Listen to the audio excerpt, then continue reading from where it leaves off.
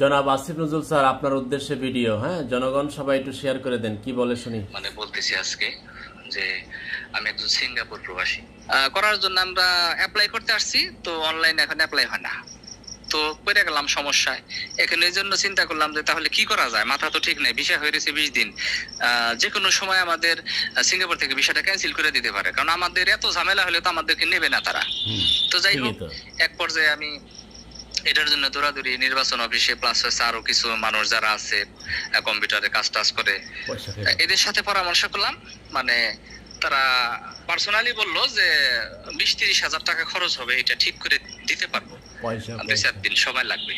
এখন আমার মানে দুঃখটা হইলো যে আসলেই কি আমরা বাংলাদেশের নাগরিক? বাংলাদেশের নাগরিক হলে তো আমাদের সাথে এরকম করার কথা না। পৃথিবীর অন্যান্য কান্ট্রিতে প্রবাসীদেরকে সহজ করে দেওয়া হয় যেন তারা সহজভাবে